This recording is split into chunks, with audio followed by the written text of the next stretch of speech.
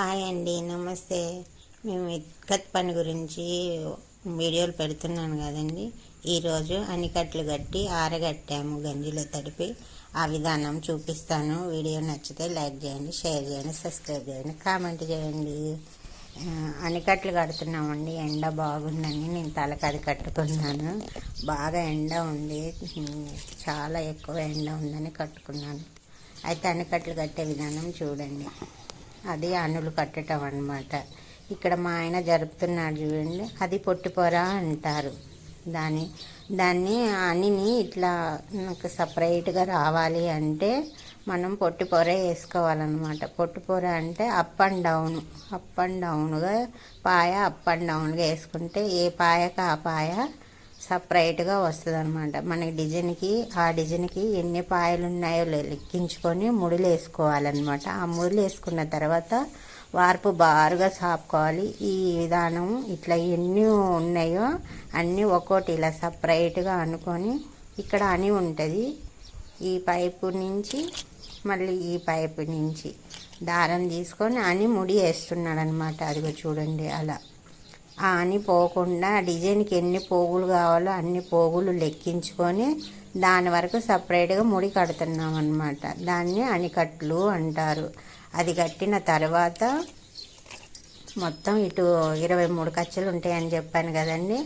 అటు 22 కచ్చలు కట్టాము, ఇది 23వ కచ్చ. లాస్ట్కి ఇంకా అయిపోయిందనమాట.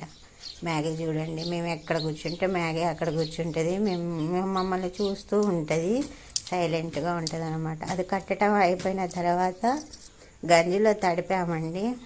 అయితే గంజిలో తడిపేది మీకు చూపించలేకపోయాను. ఇద్దరమే ఉన్నాం కదండి, వీడియో తీసే వాళ్ళు ఎవరు లేరు. అది చేతిలో పని ఉంటుంది కదండి, పట్టుకొని తీయటానికి కుదరలేదు.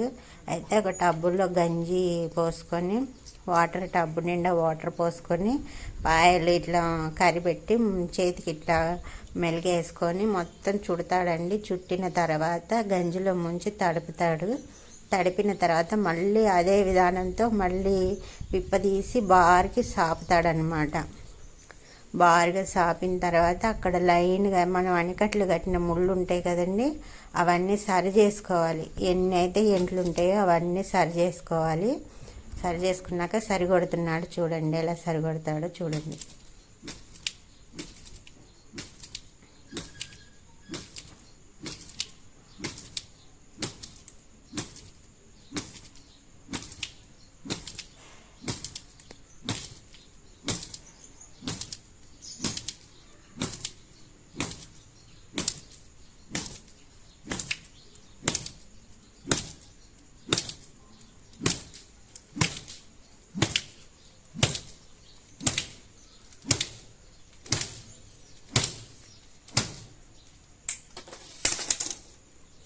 అలా సరిగొట్టడం వల్ల ఏమవుతుందంటే ఎగస్ట్రా వాటర్ ఉన్నాయి వెళ్ళిపోతాయి, ప్లస్ పోగు కలుసుకోకుండా నీట్గా వస్తుంది అన్నమాట. నేయటానికి బాగుంటుంది.